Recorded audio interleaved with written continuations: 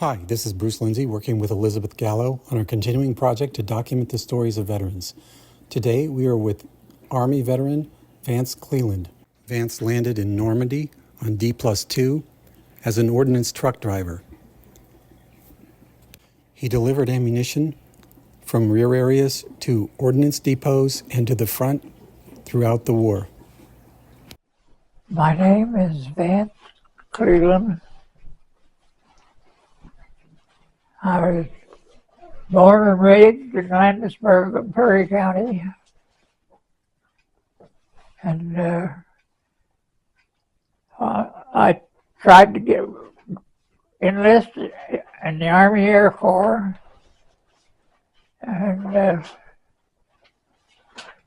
I passed my mental test, but I couldn't pass my physical because I'm colorblind.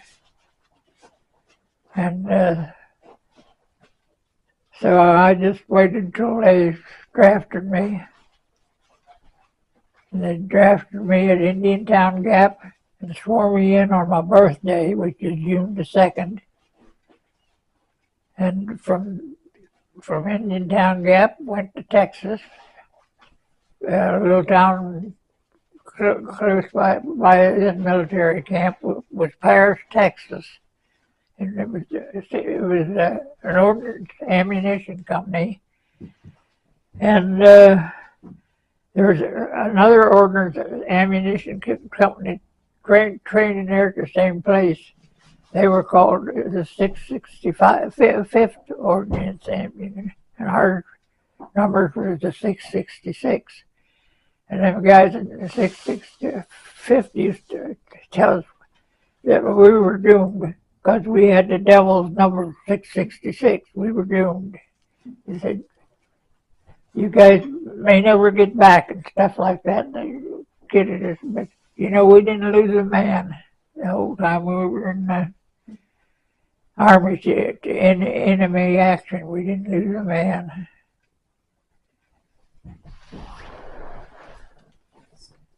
So after basic training, you went to Camp Orange in Orange, New York, and from there we shipped out. Well, I think they took us to the harbor near New York City, and we went overseas in a luxury liner, and they took the northern route, I guess, to avoid enemy action, submarines and so on, because they took, and we went to Swansea, Wales on ship. From Swansea to a town called Shillingstone, not too far from London. We were there for, till the invasion. And the invasion, we went in on the second day, and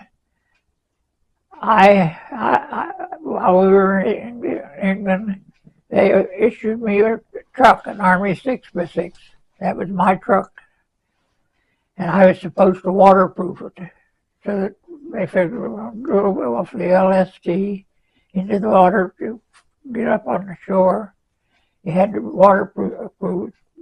The water couldn't get in anywhere it shouldn't be. So our LST pulled up as close to the shore as you could get. I think there was 4 of us with trucks on that LST. Plus the lieutenant in charge, he was in a, I think he was in what we called a 3/4 ton. And he was supposed to lead us off the LST into where we go once we got on shore. And I was the second guy off the ship. And I went around to the right. My buddy went around to the left to head for the shore, for the beach. When I got maybe 15 or 20 feet away from the LST. I went down in some kind of a hole. Must have been maybe mine there earlier. The shell exploded there, dug a hole. And as soon as I dropped in that hole, my truck started missing. I could keep it running, but only on 2 cylinders. And I kept it, but I couldn't get out of this hole. There I sat out in the water for probably a half hour. Seemed like hours to me, but I was sitting there. I couldn't get out of this. I thought, well, what should I do?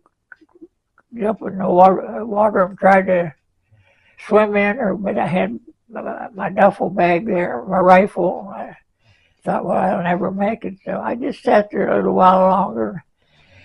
After a bit, I seen little woods off to the right there on the beach. I seen an old Caterpillar type vehicle coming out of the woods, and he come down to the water's edge, and he looked out at me. And the next thing I know, he done something to the back of his old Caterpillar he had.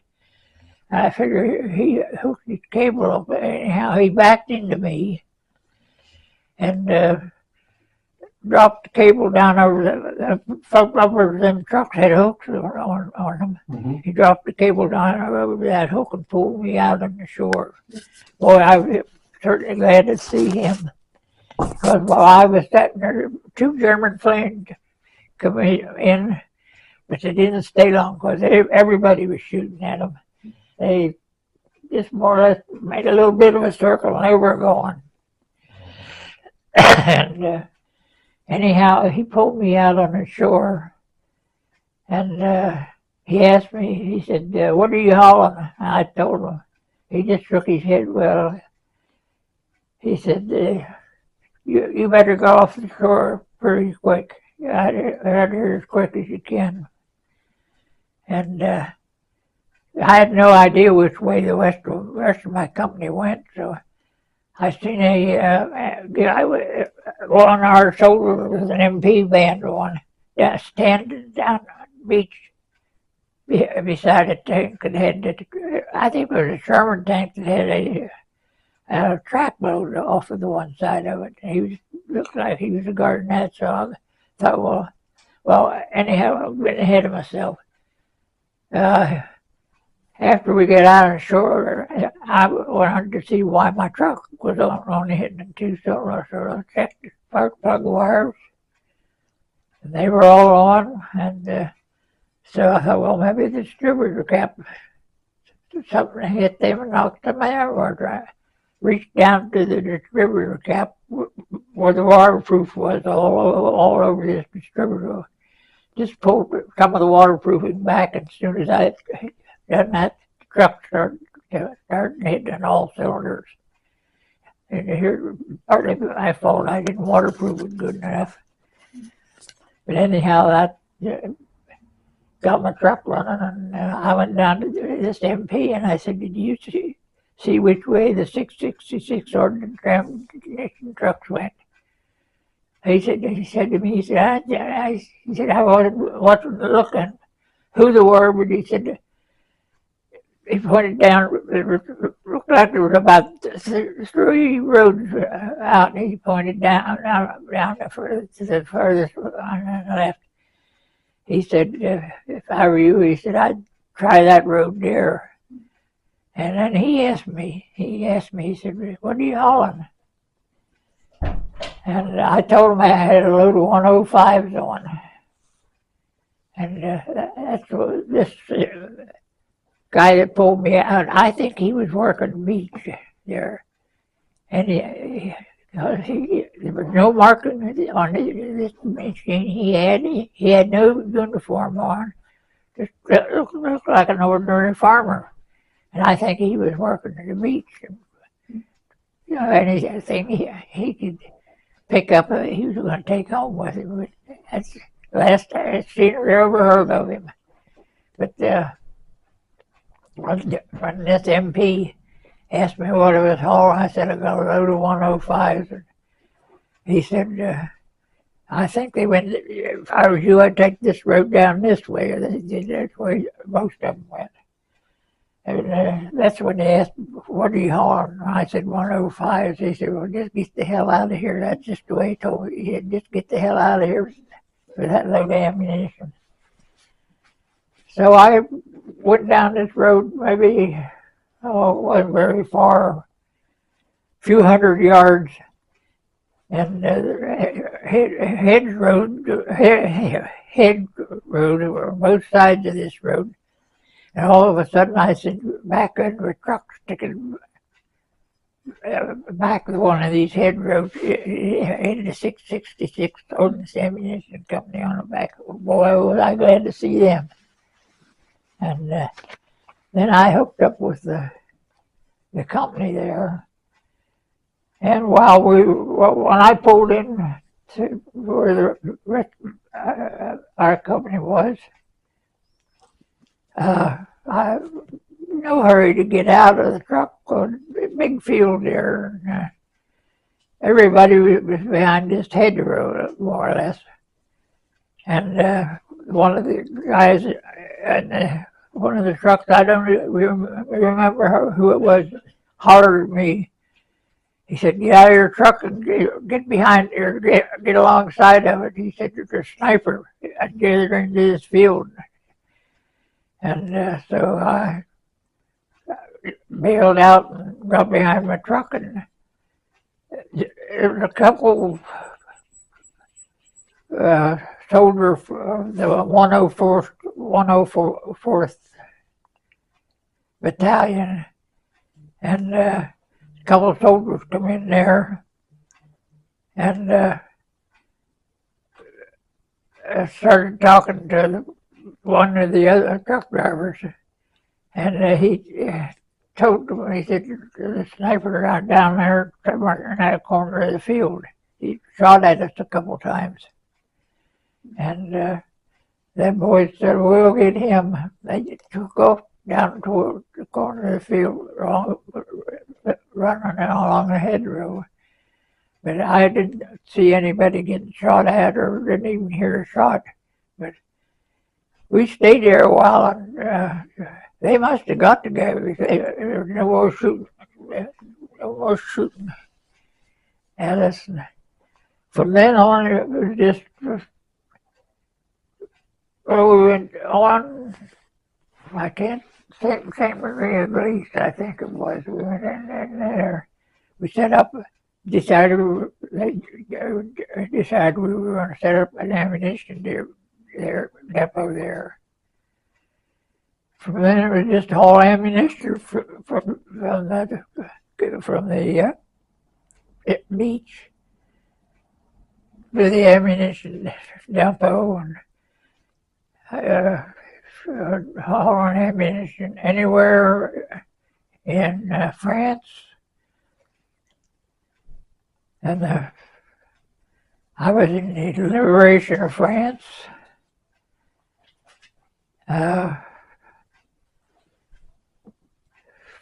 Liberation of Paris, I meant to say. Mm-hmm.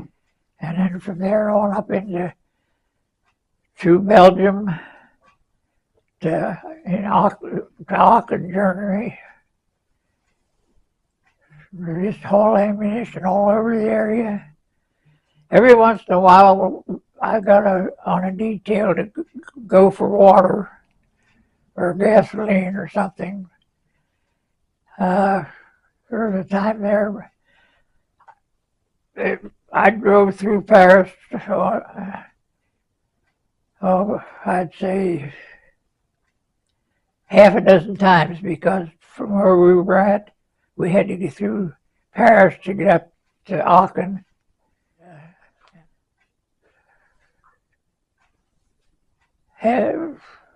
One night we were on our way back, and my buddy and I, Gene Comp was his name. He lived over Murray County. It was his home. And him and I were in Paris. Somebody started shooting, I wouldn't say they were shooting at us, but guns were cracking cracking around us pretty close. We don't know who it was, whether our men shooting or Germans still shooting at us. But we spent the night in an alley in Paris, sleeping in the truck till daylight came, and then we went back to our company.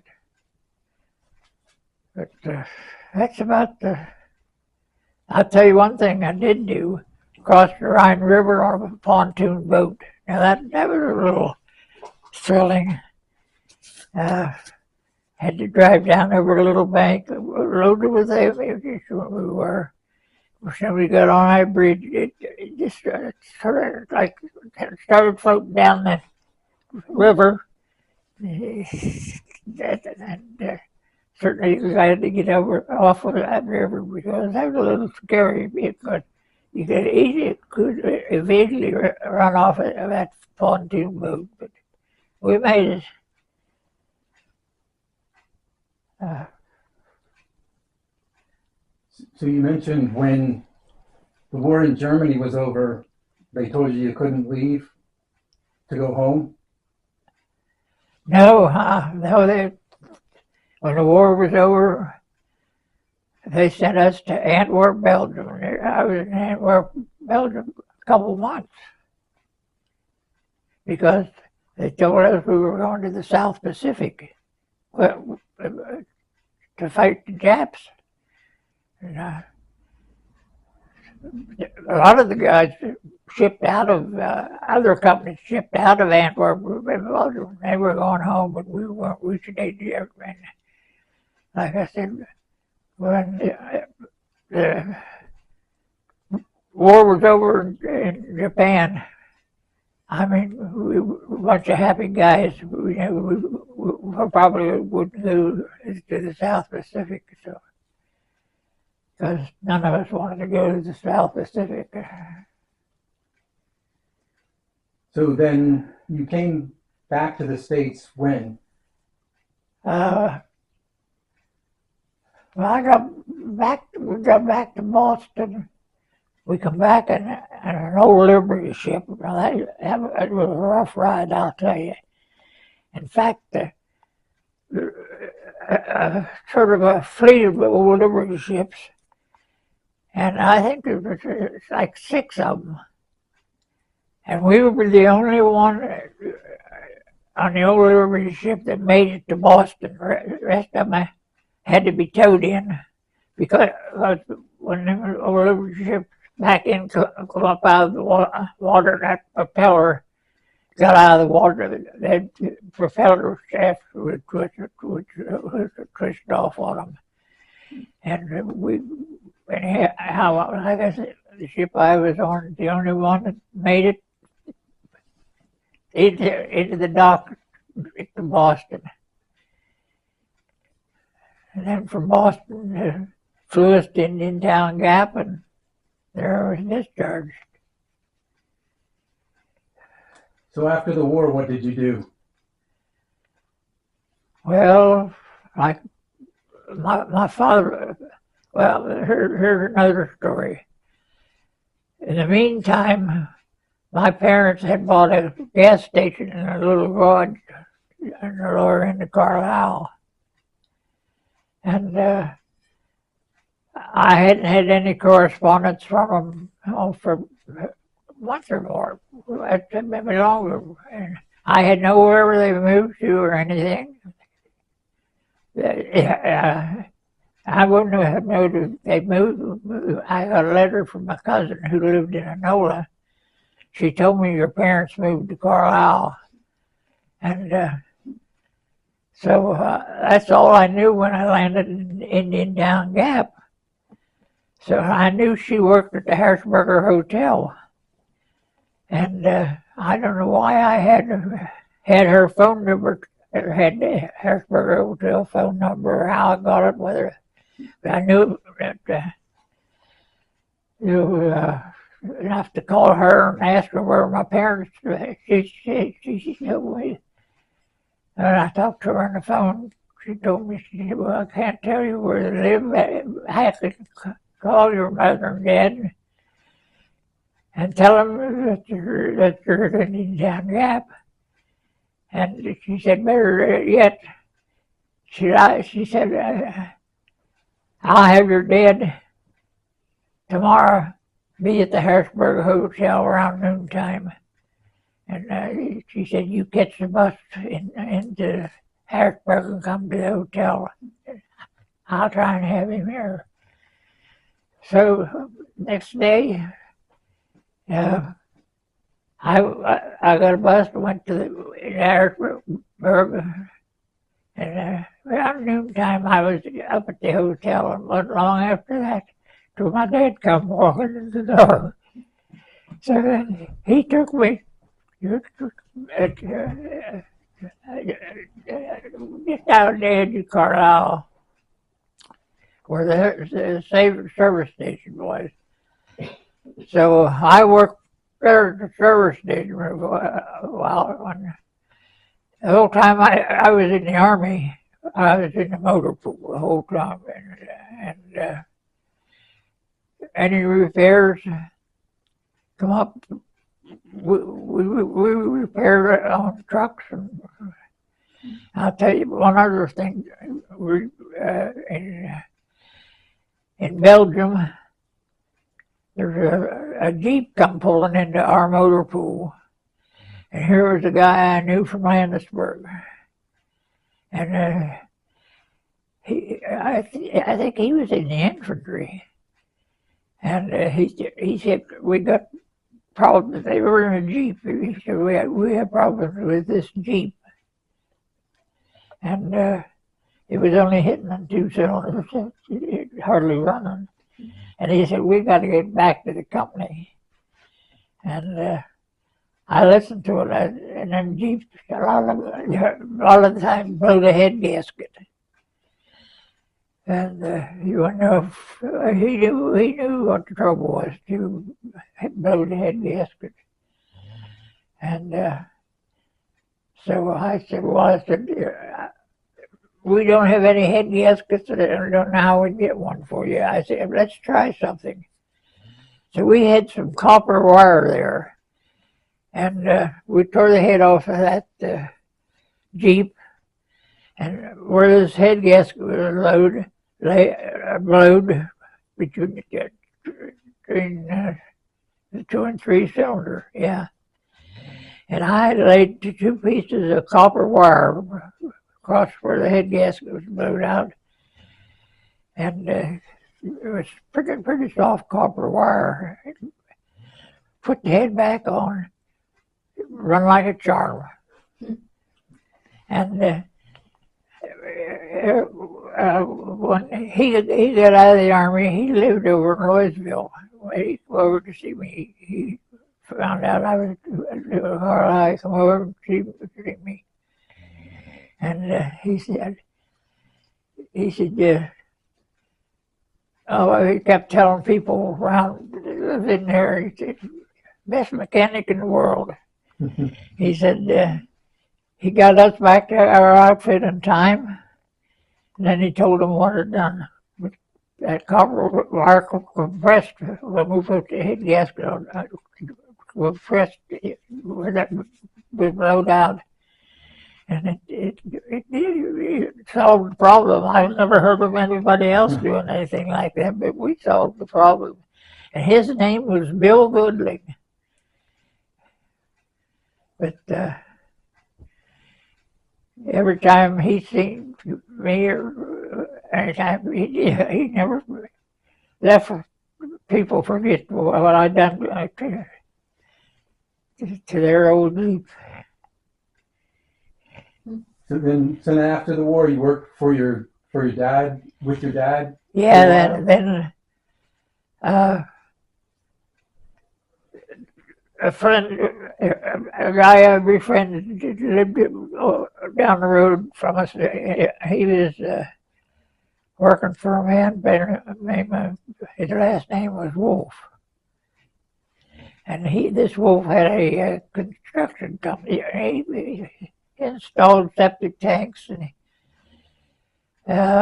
he had backhoes, not the kind of backhoes you see anywhere around here. these were cable operated, all the ones that are fluid operated, oil operated, but these were cable. It was sort of new to me because I'd never worked in any of them in the Army, Virginia. He offered me $2 an hour if I'd come and be their mechanic. So I just can't remember exactly how many years I worked for him. And the guy that owned the construction company, he died. And the guy that got me the job, he didn't last too long after that. And so in the meantime, my father had died. That was in 1959. And so I was actually without a job. So I helped my mother out with the gas station a little bit. And then back at the gas station, we put up a 30 by 40 cement block building, and I opened the garage up in there. For 25 years, I was a mechanic there, working on automobiles and trucks and Dolphin Oil Company. They had tanker trucks.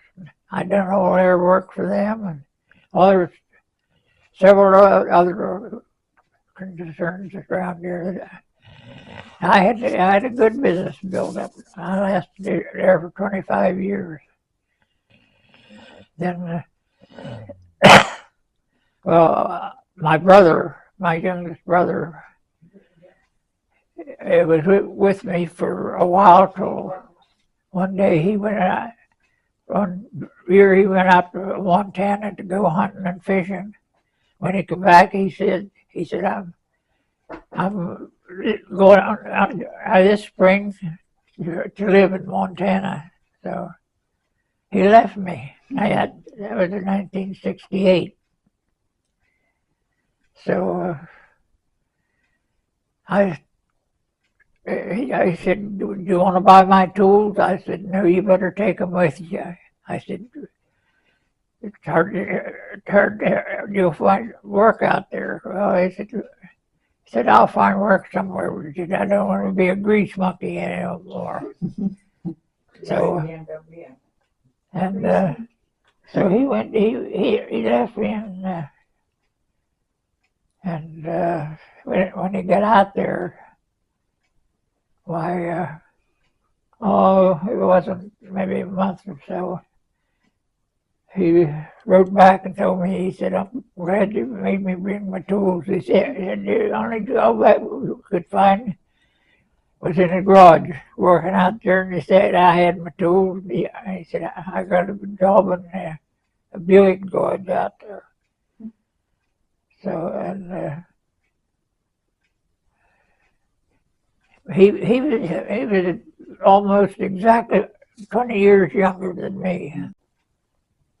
But he died about 3 years ago, didn't he? 4 years ago. Was it? So do you have children and grandchildren? I got one daughter and one grandson. Yep. So, and you mentioned you were in a few organizations, the VFW, American Legion, both of them? Yeah, I still belong VFW and American Legion. VFW, I'm a lifetime member of that. And Legion, I belong to in mechanics. And I think when I turned 90 or 95 or something like that, I don't pay no more dues. They pay the dues. Yeah, I was going to ask, what's something that you learned during your time in the service or after that you would pass down to the younger generation, or maybe a word of advice for younger people? Well, I learned how to take orders. But but I guess I never really got into any trouble, but some of them orders were hard to take.